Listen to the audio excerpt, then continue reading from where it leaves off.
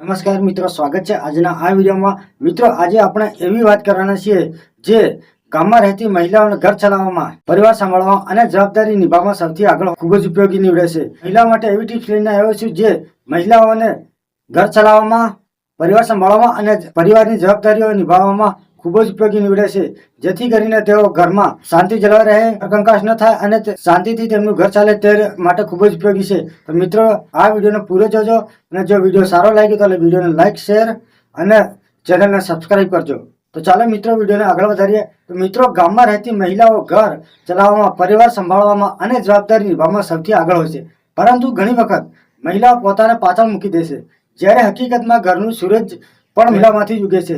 રોજિંદા જીવનમાં થોડું ધ્યાન આપવાથી મહિલાઓ વધુ સશક્ત, આત્મનિર્ભર અને સુરક્ષિત બને છે। સૌથી પહેલા વાત કરીએ પૈસા બચાવવાની। મહિલાઓ સ્વભાવથી જ ઓછામાંથી વધારે ચલાવવામાં હોય છે। જો તેઓ દૈનિક 10 થી 20 રૂપિયાની બચત એક નાની બાટલી અથવા ટિફિનમાં શરૂ કરે તો મહિને એક સરસ રકમ તૈયાર થઈ જશે।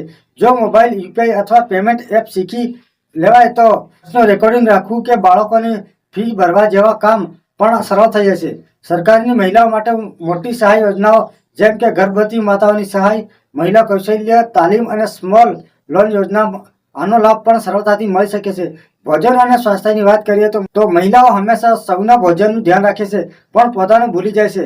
દરરોજ ઓછામાં ઓછા એક વાટકી દાળ, પૂરતું પાણી, લીલા શાકભાજી અને ક્યારેક ફળ ખાવાનો નિયમ બનાવવામાં કોઈ ખોટ નથી। કામકાજ વચ્ચે 10 થી 15 મિનિટનો બ્રેક લઈને ચાલવું કે હળવો વ્યાયામ કરવાથી શરીરમાં એનર્જી પાછી આવે છે।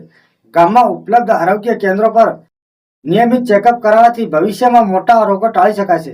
મહિલાઓ માટે રક્તચાપ, હિમોગ્લોબિન અને સુગર જેવી ચકાસણી ખૂબ જરૂરી બને છે। ડિજિટલ સમય છે એટલે આજે દરેક મહિલા ફોનને માત્ર વાતચીત માટે નહીં પણ જાણકારી માટે પણ વાપરી શકે છે। યુટ્યુબ પર women's safety, cooking, beauty care અથવા ગવર્મેન્ટ સ્કીમ વિશે સરળ માહિતી ઉપલબ્ધ છે।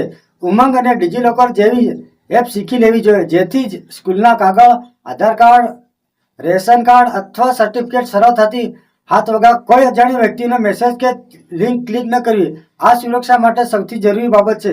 પરિવારની સાથે જોડાણ રાખવું પણ મહિલા માટે ખૂબ જ મહત્વનું છે। પાડોશી મહિલાઓ સાથે વાતચીત, ગામની મીટિંગમાં હાજરી, ગ્રામ સભામાં પ્રશ્ન પૂછવા જેવી બાબતો મહિલાઓને આત્મવિશ્વાસ આપે છે।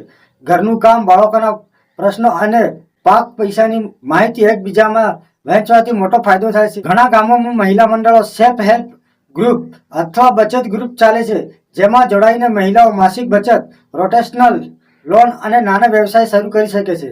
મહિલા સુરક્ષા પણ એક મહત્વની બાબત છે।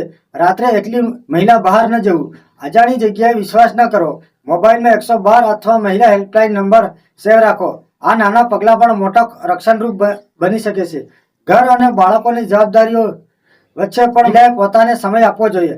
ચા પીતા પીતા 5 મિનિટ બેઠા રહેવું પણ માનસિક શાંતિ આપે છે। આ બધું સાંભળી તમે પણ સમજશો કે મહિલાને બદલવા માટે કંઈ વિશેષ કરવાની જરૂર નથી, પણ માત્ર થોડી બચત, થોડું સ્વાસ્થ્યનું ધ્યાન, થોડું ડિજિટલ જ્ઞાન અને થોડું સહયોગ।